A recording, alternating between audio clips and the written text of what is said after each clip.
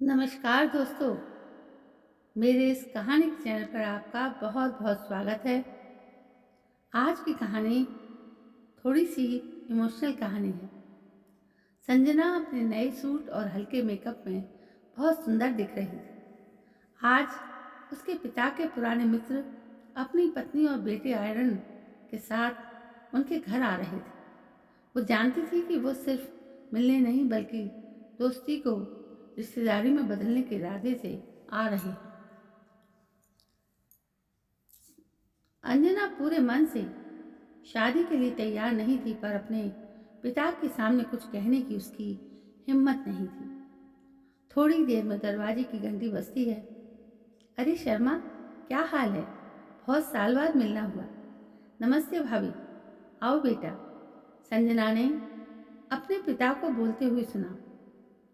वो रसोई में अपनी माँ के पास गई। दोनों की आंखें मिली।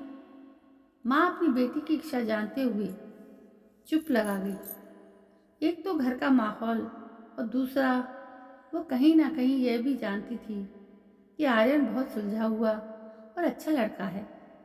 वैसा ही परिवार भी है। कमरे में सबके लिए चाय नाश्ता रखने के बाद एक औपचारिक तरीके से परिचय करवाकर संजना के पिता ने कहा, संजना, आर्यन को घर दिखा दो। संजना और आर्यन बातें करते हुए छत पर आए। बातों बातों में आर्यन को एहसास हो गया था कि संजना बहुत ही बुद्धिमान है। वो उसे पूछता है, हमेशा स्कूल में अव्वल नंबर लाना और कॉलेज में भी गोल्ड मेडल लाई हो। कॉलेज के अलावा घर के भी काम जानती हो। इतनी होशियार होने के बाद भी तुमने आम से कॉलेज से पढ़ाई करी और फिर आगे कुछ भी नहीं सोचा। ऐसा फैसला क्यों करा? मैं समझ नहीं पा रहा हूँ। संजना की आंखों में अलग सी चमक और विश्वास दिखने लगा। वो आर्यन से कहती है, यूं तो मैंने इस बारे में कभी किसी से बात करना तो क्या खुद भी सोचना बंद कर दिया था, लेकिन क्योंकि हमारी शादी की बात चल रही है और ख़ासकर तुमने जिस तरीके से मेरी पढ़ाई को लेकर दिलचस्पी दिखाई है, उसे किसी ने भी नहीं समझा।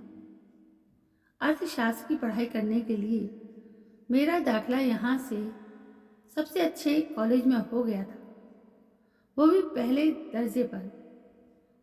आर्यन ने चौंक कर पूछा, तुम्हें भी उसी कॉलेज में दाखला मिला था? मैंने तो अपनी पढ़ाई वहीं से करी है। फिर ये आम सा कॉलेज क्यों? संजना कहती है, हाँ, जो पढ़ाई मैंने चाहिए थी वो भी मुझे मिली थी। फिर मैंने कॉलेज जाना शुरू करा। मैं बहुत खुश थी।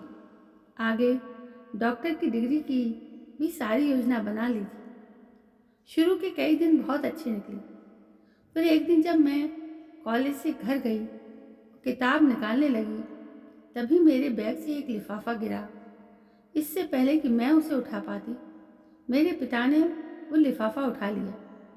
उसे खोलकर देखा तो उसमें उन्हें कुछ तस्वीरें और एक खत मिला। तस्वीर में मैं किसी लड़के के साथ थी और उस लड़के ने अपना नाम रवि लिखकर मुझे प्यार भरी बातें लिखी थी। वो खत पढ़ते ही पिताजी ने मुझे बहुत डांटा और मुझसे कहा कि मैं अपना कॉलेज छोड़कर किसी दूसरे पास के कॉलेज में दाखिला लूँ।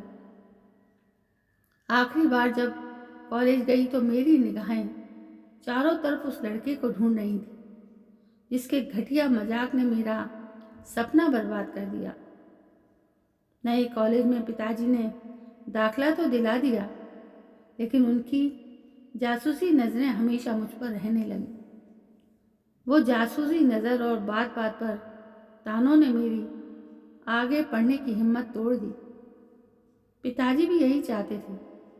कहते हुए संजना ने वो लिफाफा आर्यन को देते हुए कहा, आज भी ये खत इसलिए रखा है कि कभी तो शायद वो लड़का दिखे और मैं उससे अपनी गलती पूछूं जिसने मुझे इतनी बड़ी सजा दिलाई।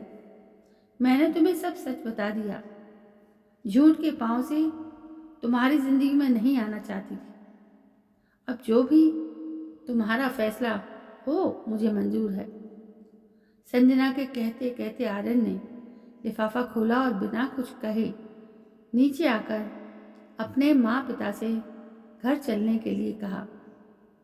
घर जाकर आर्यन अपने कमरे में जाकर पलंग पर लेटता है और संजना के उस लिफाफे के बारे में सोचता है।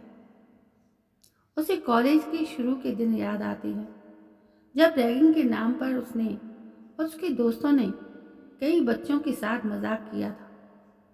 एक दिन उन्हें किसी ने बताया कि संजना को अपनी सहेली के साथ हुई रैगिंग का बहुत बुरा लगा था। उन्होंने संजना की रैगिंग करने के लिए एक अलग तरीका निकाला। कंप्यूटर पर अलग देश के अलग अलग लड़कों की तस्वीरों को मिलाकर उन्होंने एक तस्वीर बनाई। संजना की तस्वीर किसी तरह से निकाली और उसे एक हीरोइन के साथ जोड़ दी। फिर उन्होंने उस लड़के के साथ वो तस्वीर मिलाकर एक नई तस्वीर बनाई। एक लिफाफे में वो तस्वीर और ख़त रखकर उन्होंने चालाकी से संजना के बैग में रखवा दिया था। उन लोगों ने सोचा कि जब वो देखेगी तो घबरा जाएगी और तब यह लोग उसका मजाक बनाएंगे, लेकिन बात उसके घर तक पहुंच जाएगी और इस हद तक उस बेचारी लड़की को इतना झेलना पड़ेगा, उन्होंने सोचा भी नहीं था। आर्यन की गिल यानी उसके पश्चाताप के आंसुओं में साफ झलक रहा था। गीली पलकों के साथ वो कब सो गया उसे पता ही नहीं चला। लेकिन सुबह उठते ही वो अपने माँ पिता के पास गया। पिताजी, मुझे संजना पसंद है, आप शादी के लिए हाँ कर दीजिए। सब कुछ तय करके पूरे रीत रिवाज के साथ दोनों का विवाह संपन्न हुआ। शादी की पहली रात आर्यन ने एक तोहफा संजना को दिया। तोहफा खोलते ही संजना की आंखें चमक उठी। इससे अच्छा तोहफा कभी किसी पति ने अपनी पत्नी को नहीं दिया होगा। संजना ने कांपते हाथों से अपने पसंदीदा सबसे अच्छे कॉलेज का फॉर्म उठाया और उस पर दस्तखत किए। अगले दिन से संजना ने कॉलेज का काम शुरू कर दिया। आर्यन की मदद से वो पूरा घर संभालकर अपनी पढ़ाई भी करती। आखिरकार संजना की मेहनत और आर्यन का साथ रंग लाया और कॉलेज ने उसे अर्थशास्त्र में डॉक्टर संजना की उपाधि दी। वो जब उपाधि लेकर आर्यन के पास आई तो आर्यन की आंखों में आंसू देखकर बोली, मेरी खुशी के इतने आंसू? आर्यन ने जवाब दिया, तुम्हारी खुशी से ज़्यादा पश्चाताप के आंसू हैं। पश्चाताप? संजना चौंक कर पूछती है। आर्यन उसको सारी बात बताकर कहता है, मैं जानता हूँ तुम नाराज होगी, शायद मुझे माफ भी ना कर पाओ। वो वक्त तुम्हें वापस तो नहीं ला सकता, लेकिन तुम्हारी जिंदगी की इच्छा पूरी करने की मेरी पूरी ईमानदारी से कोशिश रही है। संजना मुस्कुराते हुए कहती है, नाराज तो बहुत थी उस लड़के के ऊपर तुमने, लेकिन जो आज दिया है मैं सब भूल गई हूँ। इस उपाधि का जश्न मनाने कहीं घूमने चलें? पहली बार आर्यन को लगा कि उसने कुछ अच्छा काम किया है। तो दोस्तों, ये थी कहानी, बहुत छोटी सी, बहुत प्यारी सी, बहुत इमोशंस से भरी हुई। क्या आपको अच्छी लगी? यदि आपको अच्छी लगी है तो प्लीज़ मेरे इस चैनल को सब्सक्राइब करना ना भूलें और इस कहानी को ज़्यादा से ज़्यादा शेयर करें। कल मैं फिर हाजिर होती हूँ एक नई कहानी को लेकर। तब तक के लिए जय हिंद, वंदे मातरम।